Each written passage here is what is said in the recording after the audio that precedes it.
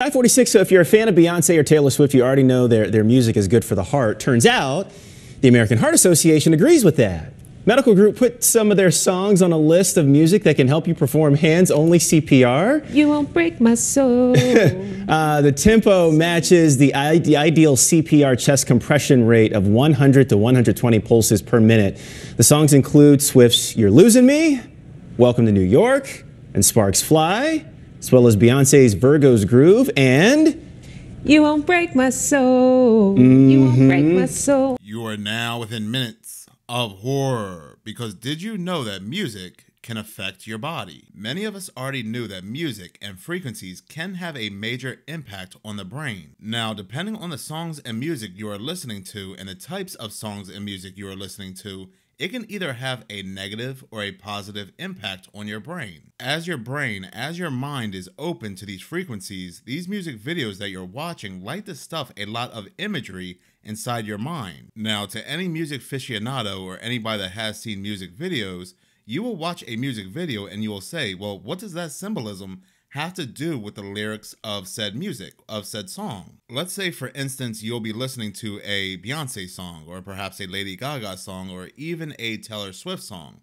and the lyrics will be about them breaking up with a ex or a boyfriend. As you go and watch the video, because you're now addicted to this song because of the frequencies being played into your mind, when you watch the video, you will see a lot of symbolism that does not make sense to the lyrics. You will see a lot of pyramids and one-eyed symbolism, and a lot of other type of witchcraft symbolism. There will be a lot of strange symbolism that's just not confined to that one artist, but you will see that this symbolism is repetitious in the music industry. Why do my favorite artists keep putting their hands over their eyes in every music video? I don't know. The message is going straight into my subconscious as these frequencies keep my mind open as I'm enjoying the video. Now, the media is not going to tell you how these frequencies negatively affect your mind, leaving your mind vulnerable. No. What they will tell you are the positives, such as frequencies in Beyonce and Taylor Swift's music can help heart patients. Matter of fact, these frequencies are so helpful, they can actually be used as CPR. Like, ask yourself, have you ever really heard of anything like that before? That if you see a person suffering with a heart attack, they're lying on the floor, clenching their chest, yelling, "Help me, call 911, the first thing you're gonna do is blast Beyonce. All my single ladies, now put your hands up."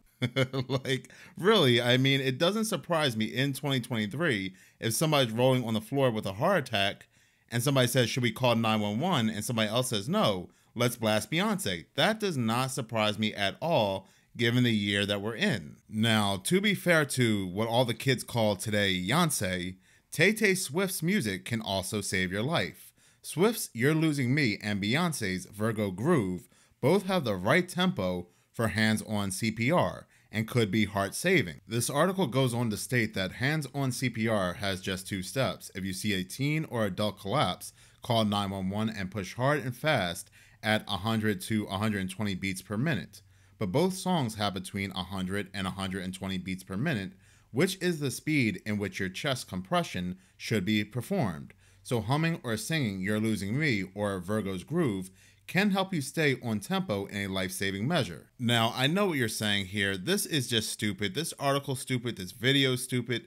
Minutes of Horror, can't you just stick to the Plain Lady? We know you got a crush on the Plain Lady. Can't you just produce another Plain Lady video instead of talking about this nonsense, about this foolishness? Now, let's just hold on. Hold your caboose, unclench those ass cheeks, because we can obviously see what's happening here. They are saying that 2 of the biggest spellcasters in music, 2 of the biggest occultists in music, are good for your heart. You want to keep a healthy heart, even if you're not a heart patient, even if you're a person that exercises every day to avoid heart issues, it's also best to put on your headphones at night and fall asleep to either Beyonce or Taylor Swift's music. This all works perfectly because for whatever reason, for some reason, starting since I would say perhaps 2020, we have just seen a rise in people with heart-related issues. Not just the elderly or the middle age, but also adults and even teens.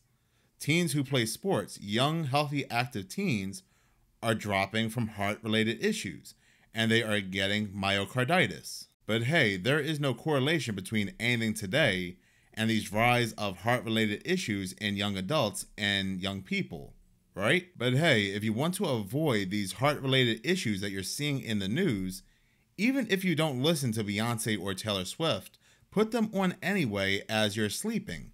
That way your heart can remain healthy as we're shooting these frequencies and these messages in your brain into your mind. Now, when it comes to these occultists, these spellcasters in Hollywood and in the music industry, there's no telling which one's worse than the other. They're all bad.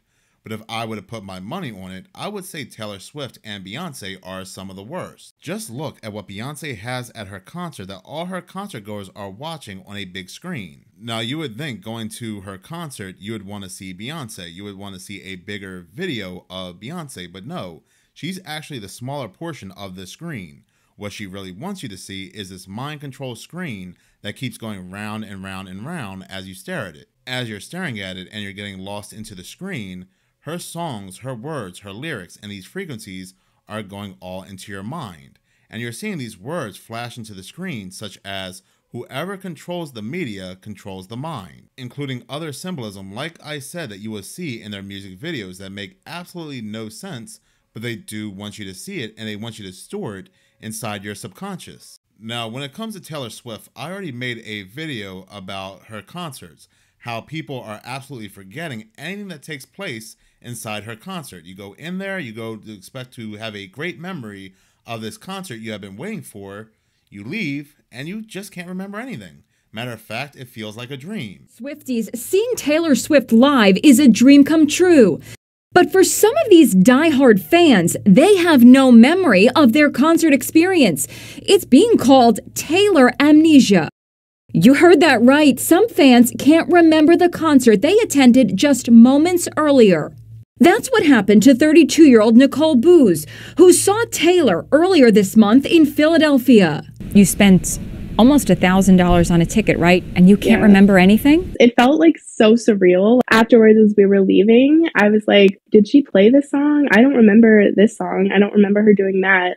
And just little things like that. But I do remember going to the concert. Doctors say Taylor amnesia is a very real phenomenon. Emotion and memory are closely intertwined, and if you have a strong emotion, you can either heighten a memory or you can suppress it.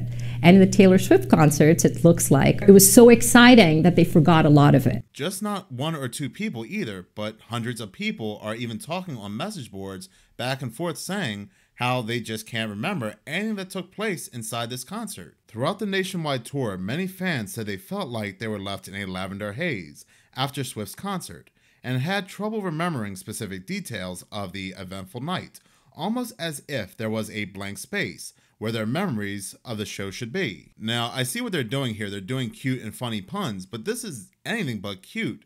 Matter of fact, this is downright terrifying. This almost sounds like the brain is blocking out some kind of traumatic experience. Now, I'm not going to say that I remember every detail about a concert I went to 10 or 15 years ago. I don't. But I can definitely say I would hope I remember details of a concert I went to a day before. You talk to some of the older crowd like my parents, and they will recount every detail about a Temptations concert they went to in the 70s. My dad, even to this day, will tell you all the sweat beads that were dripping off of David Ruffin's head as he wore these tight blue bell bottoms while he was smacking the other Temptations on stage while singing My Girl. And I'm not even talking about remembering one or two things or even a specific song that was playing. You even had some people that can't even remember even attending the concert whatsoever, but they know they went there because they see the ticket and they see their bank account that they purchased these tickets, yet they can't remember the entirety of the concert. Now, doctors have explained this phenomenon by calling it post-concert amnesia, but it is not an official medical term. They're even saying post-concert amnesia isn't a medical diagnosis. It's just a descriptor for what these fans are experiencing. Well, that's great information, doctor. Imagine going to your doctor and telling your doctor, hey, I purchased these tickets to a concert. I know I went there, but I can't remember anything about this concert that I attended to for hours. Can you tell me what's happening here? And the doctor looking at you and saying, well, I know what's wrong. You can't remember what happened at this concert.